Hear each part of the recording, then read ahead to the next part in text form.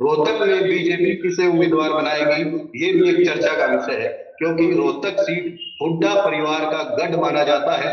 हालांकि बीजेपी ने पिछली बार डॉक्टर अरविंद शर्मा को उतारकर इस गढ़ को तोड़ा था।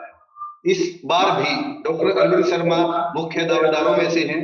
उनके अलावा ओपी धनखड़, खासकर एक नया नाम बोल आ रहा है, रणदीप हुड्डा, सिनेमा जगत से हैं, उनका नाम भी सामने आ रहा है। बाबा बालकनाथ का नाम भी सामने आ रहा है। सतीश नांदल भी है और एक दो दावेदार और भी हैं। जिस तरह हिसार सीट अहम बन गई है, उसी तरह रोहतक लोकसभा पर भी बीजेपी के भी कई दावेदार हैं और सभी के सभी अपने अपने क्षेत्र में अपना मजबूत दावा ठोकते हैं। तो कमल जी के पास चलते हैं। कमल जी, रोहतक के बारे में आपका क्या आकलन है, किसे टिकट बीजेपी दे सकती है? देखिए, बीजेपी को रोहतक में सबसे ज्यादा जोर लगाना पड़ेगा, क्योंकि उधर दूसरी ओर अगर बात कांग्रेस की करें तो कांग्रेस लगभग रोहतक को फतेह जरूर करना चाहेगी, जिस प्रकार से मोमेंटो बना हुआ है। और लगभग अभी जो नाम यही आ रहा था कि कांग्रेस की ओर से हुड्डा परिवार का कोई चेहरा हो सकता है। निश्चित तौर पर यह भी कहना गलत नहीं होगा कि भूपेंद्र सिंह हुड्डा खुद मैदान में उतर सकते हैं।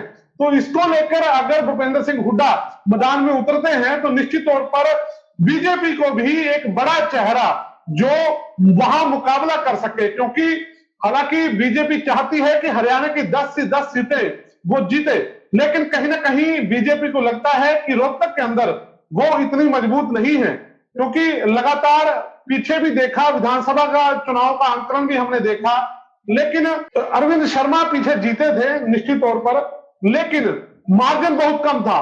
और मुझे लगता है कि हुड्डा का ये गढ़ है और गढ़ को भेदना बीजेपी के लिए किसी चुनौती से कम नहीं है। और यही कहा जा सकता है कि एक बड़ा चेहरा बीजेपी भी वहां रोहतक में देगी। किस प्रकार से अभी चर्चा में थी, हम सुन रहे थे कि हुड्डा परिवार का तोड़ वो लोग रणदीप हुड्डा जो कलाकार है, अदाकार है, उसे मैदान में उतार सकती है। तो निश्चित तौर पर अगर ऐसे चेहरे, सेलिब्रिटी चेहरे अगर मैदान में आते हैं तो निश्चित तौर पर वहां फाइट होगी। जिस प्रकार से हिसार लोकसभा को आप वोट मानते हो, मेरा रोहतक सीट को भी वोट मानना इसलिए जरूरी है क्योंकि वहां अगर हुड्डा परिवार को टिकट मिलती है कांग्रेस की ओर से, तो उनके भी एक वर्षों का लड़ाई होगी वो सीट जीतना। और दूसरी ओर बीजेपी को 10 की 10 सीटें फतेह करनी है, तो उसके लिए वहां भी अपनी क्षमता से ज्यादा जोर लगाना होगा। तो निश्चित तौर पर मेरा मानना है कि रोहतक सीट जो है हॉट रहने वाली है। जी बिल्कुल, रोहतक सीट वाकई में हमेशा हॉट रही है और इस बार भी हॉट रहेगी, हॉट भी, सुपर हॉट भी हो सकती है। तो डॉक्टर साहब, आपकी क्या राय है, किसे आप इस बार मानते हैं कि बीजेपी हुड्डा के गढ़ में उतारेगी?